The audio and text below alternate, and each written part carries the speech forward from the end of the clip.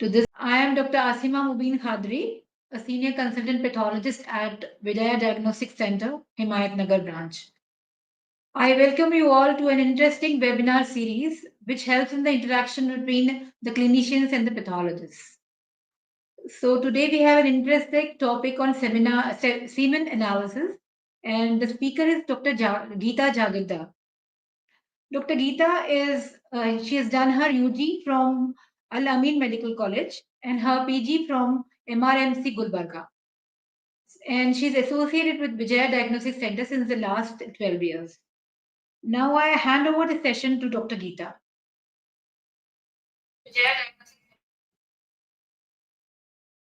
Everybody, today we are all here to discuss about semen analysis. Semen analysis is a laboratory test that evaluates the health and reproductive function in a male. It is a simple, non-invasive, economical primary test which helps in the decision making.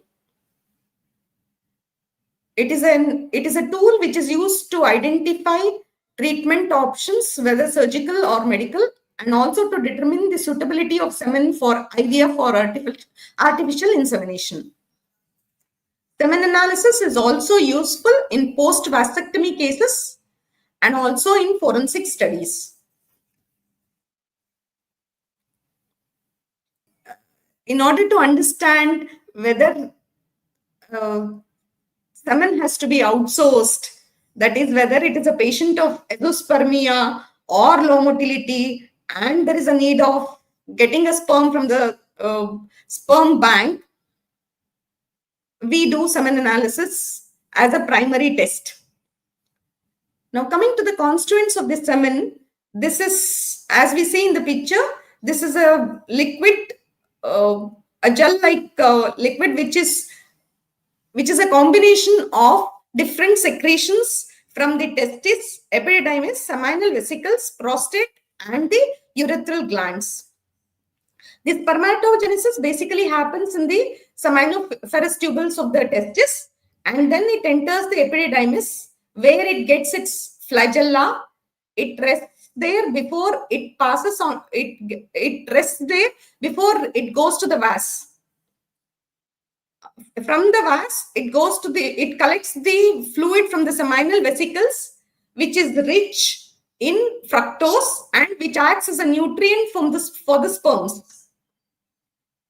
This seminal vesicle fluid is alkaline in nature, and the semen also consists of prostatic fluid, which is acidic, and it consists of proteolytic enzymes, which are primarily useful in liquefying the semen.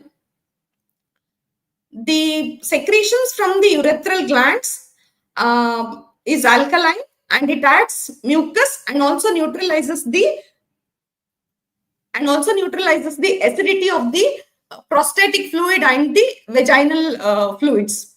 So altogether, the semen is a combination of different secretions consisting of sperms and the different kinds of fluids and the enzymes. The prostatic fluid is alkaline, and it constitutes about 20 to 30% of the semen, and the seminal vesicle fluid, which is rich in fructose, constitutes about 40 to 80% of the semen. So in all cases of low sperm volume or in cases of azoospermia, we essentially need to do fructose to understand whether seminal vesicles are at fault. Now, coming to the collection of semen and its transportation. The collection of semen is either by masturbation, which is mostly recommended, and it has to be ideally done in the laboratory premises so that immediate analysis is started and we have an exact account of the time. It can also be done in difficult cases through withdrawal method. Condoms are not recommended because of the spermicidal effect they have. In very difficult cases, invasive techniques like testicular biopsy are also used. But in all said and done, it is masturbation which is the recommended process of semen collection. And once collected, it has to be immediately transported in a warm temperature, and this has to be collected in a sterile, dry leak proof container. Ideally, there should be an abstinence of 2 to 7 days. The period of abstinence is important because as the abstinence period increases, though the count increases, the motility decreases. Hence, it is important that we know the abstinence period before the semen is analyzed. The temperature of semen transport is very important because it affects the motility. The semen analysis should start within about 30 minutes of collection and should be completed in 60 minutes.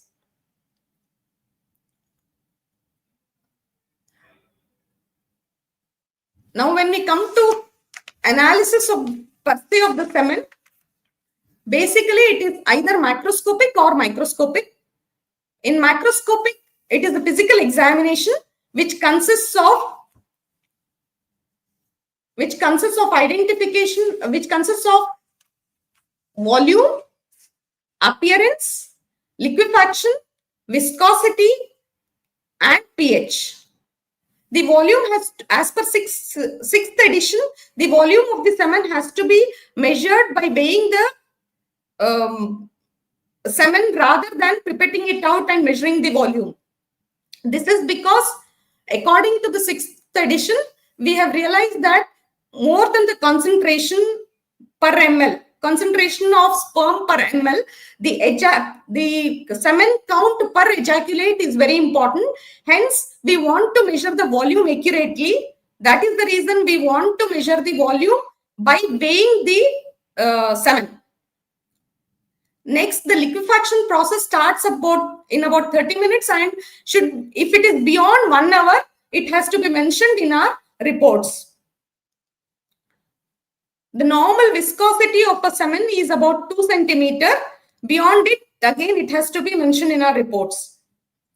The normal pH of the semen is about 7.2 to 7.8.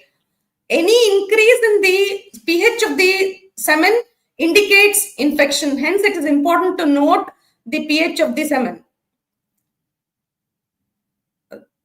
The chemical analysis of the semen analysis includes fructose, which is either done quantitative or qualitative. Qualitative is done by the Selvinov's test, and it is definitely to be done in all cases of azoospermia. Now coming to microscopic analysis of the semen. In the microscopic analysis of the semen, we do it through wet mount and stain preparation. And in microscopic analysis, we look at the concentration, the motility, morphology, and agglutination, and if any other cells are seen. Now coming to sperm concentration, that is the number of sperms per milliliter of the semen. This can either be done manually through our Neubauer's chamber or through automated machines which are available now.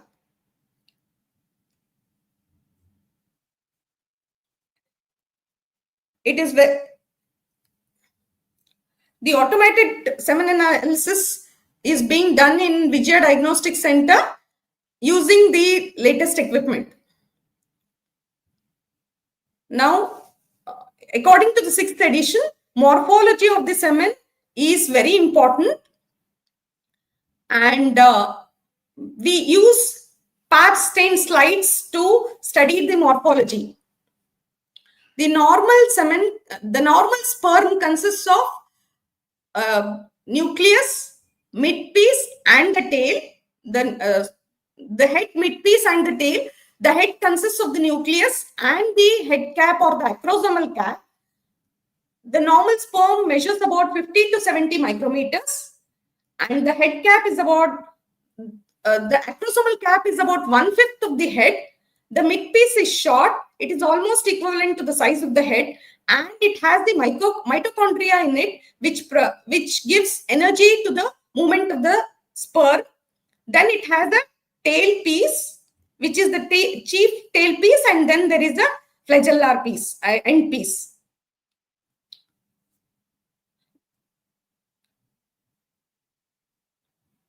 The normal forms that are seen in the normal sperm forms that are found in the semen is about 4% is supposed to be normal. Anything equal to or more than 4 is considered normal. Now, the sperm abnormalities are seen only on the stained slide of the either by PAP or by any other stain like Diffvic. We use PAP here. So the different kinds of head shapes, the shape of the head is very important because it helps in the penetration of the zona pellucida. So the normal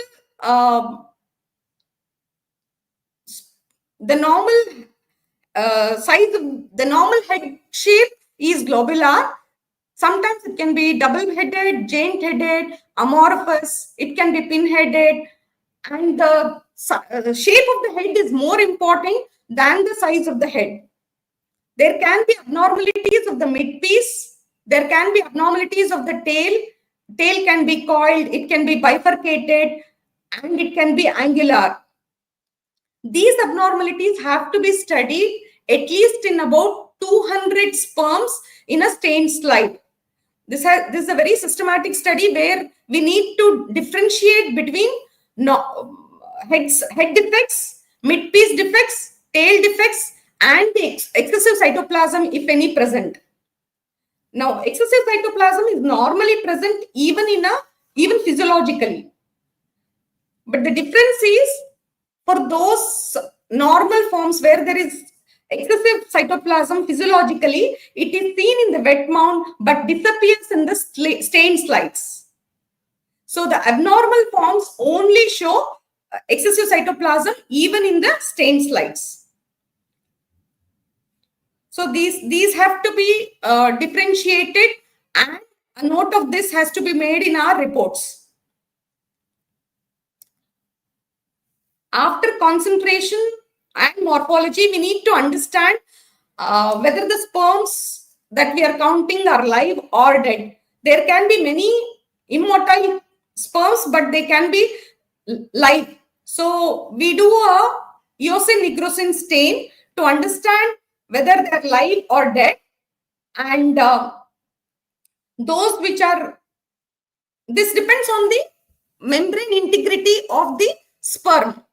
So those which are dead, their integrity of the membrane is not good. Hence, they take up the eosin stain and appear green, appear pink. Whereas the integrity of the membrane of the live is maintained. Hence, they remain colorless. You can appreciate this in this picture. Now, coming to the WHO 6th edition changes, these are the important changes which I have enumerated here.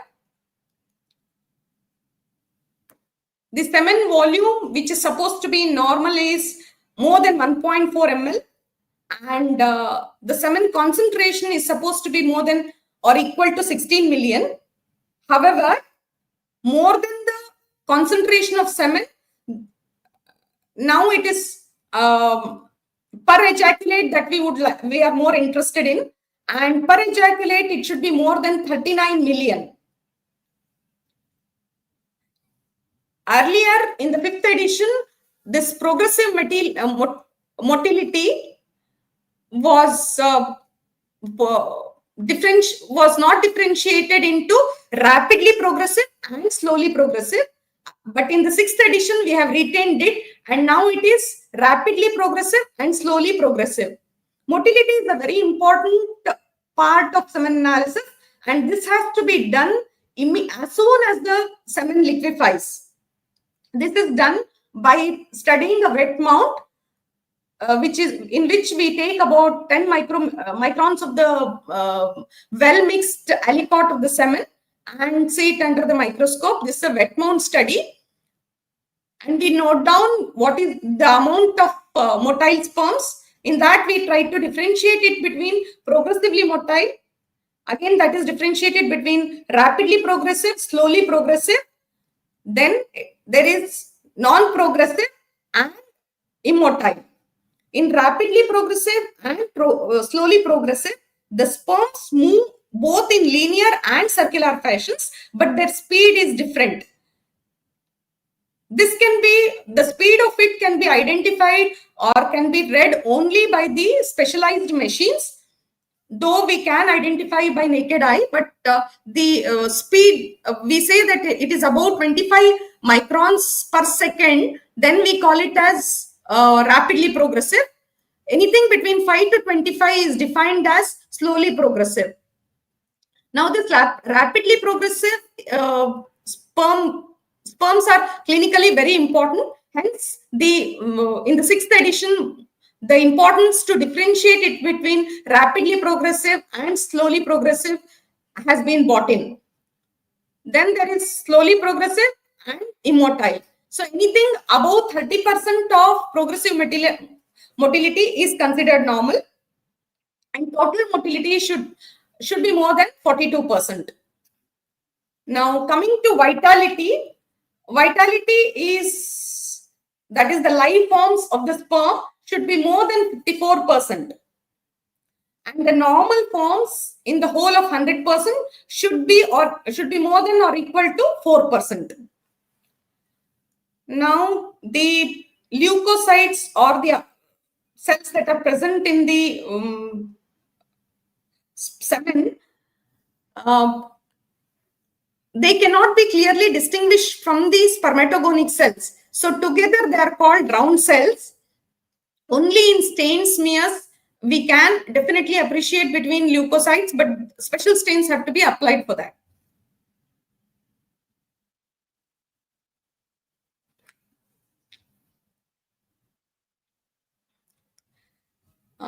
Now I present the report that we are giving out in Vijaya Diagnostic Center, which consists of all the important parameters, especially the motility, normal forms, abnormal forms we were giving, but now we have also included functional sperm concentration and sperm motility index. This sperm motility index is a good, has got good predictive value, and anything above 80%, 80 is supposed to be good. So this sperm motility is nothing but it is derived from the velocity multiplied by the motility of the sperms. This is calculated by measuring the change in optical density, and anything more than 80 is considered normal. Between 80 and 160 is good. Above 160 is high. 80 to 160 is normal. Above 160 is high. Less than 80 is low or abnormal. We are also calculating it per ejaculate because as I said, now per ejaculate is more important than the sperm concentration per se. The motility is being represented in a pie chart too. Then coming to the morphology part of it, we are distinguishing this into normal forms and abnormal forms. This is again by studying the pap stain smear. And we are also giving a report of vitality where you can distinguish between the pink stained and the non-colored, that is the blue colored ones which are live, and the red ones or the pink colored ones are the dead ones here.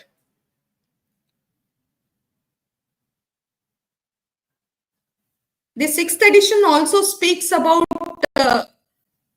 though we say that the 6th edition has given a criteria of what is normal or what is abnormal, it recommends that we should not be concentrating on these numbers, but there should be clinical decision limits made, and depending on that, we should be categorizing our subfertile people into normal, borderline, and abnormal, so the treatment aspect becomes easier. Many of the gynecologist associations have started doing this, and they are differentiating it into normal and subnormal. It does not call anyone normal or abnormal, but it says that it is better to bifurcate them depending on the clinical decision limits.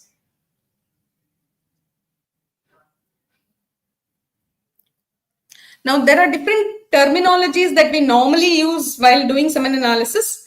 So, whenever the sperm concentration, that is number of sperms per ml, is less than 16 million, we call it oligozoospermia. And asthenozoospermia is anything less than 42%, that is the total motility is less than 42. Whenever there is progressive motility less than 30%, also we call it as asthenozoospermia. Less than 4% of normal spermatozoospermia, we call it as teratozoospermia. Now, oligoasthenoteratozoospermia is a condition where the sperm concentration per ml or per ejaculate is low, and astheno is where the motility is low, and the teratozoospermia is the term when we use when the normal forms, morphologically normal forms, are less than 4%. Azoospermia, there is no spermatozoa in the semen. We are also reporting hypozoospermia and hyperspermia depending on the ml. Hematozoospermia is red blood cell present in the semen. Necrozoospermia is a condition where the number of sperms, live sperms, is less than 54%.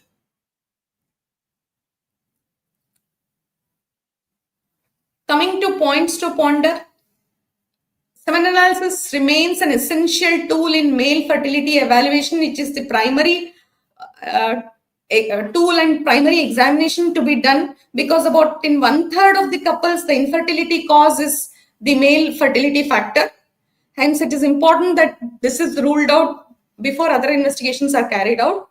And this semen analysis is to be done very systematically, and a good semen analysis report helps in monitoring, in diagnosing and also monitoring our subfertile patients. The WHO 6th edition provides updated reference value and refined criteria for a more accurate assessment. This is more user-friendly because the dilutions of semen, what we were earlier doing, were very laborious. Now the dilutions have been more simplified, and this is more clinically helpful. Finally, proper sample collection, precise laboratory procedures, and interpretation in clinical context are critical for optimal diagnosis and treatment. Thank you all for a patient hearing.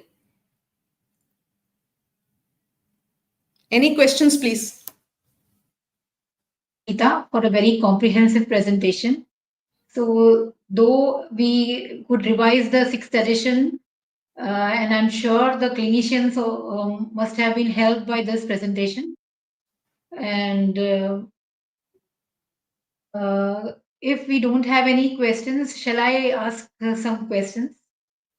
So, ma'am, though we are we're having a fully automated system, and we are following the 6th edition, but I'm sure, okay, we will have some limitations in the automation. So, what do you feel they are the limitations of these fully automated method? Ma'am, for all semens where the sperm count is less than 2 millions, it is difficult for the machine to analyze, and so in those cases we will need the manual mode to enumerate the number of sperms that are there, and whether they are motile, immotile. And I think these are the patients that need us more. So this can be taken care of in further this thing, I guess. But as of now, we are doing it in manual mode. Yeah, so less than 2 million, we can also stain and give the morphology. Yes, yes, yes. Ma'am, will you advise any special test in case of abnormal semen report? Ma'am, though all the sperms appear normal to a naked eye to us, and we are differentiating them into abnormal forms depending on their head, midpiece, and tail, and these defects depending on our naked eye. Still, I feel there could be a DNA problem, or there is. So, DFI is definitely advised in these cases, ma'am. Okay, so sperm DNA fragmentation index. Yes, Uh, ma'am. Added by you. So, so with this, we are going to end this session. Thank you everyone. Wish you all a good evening.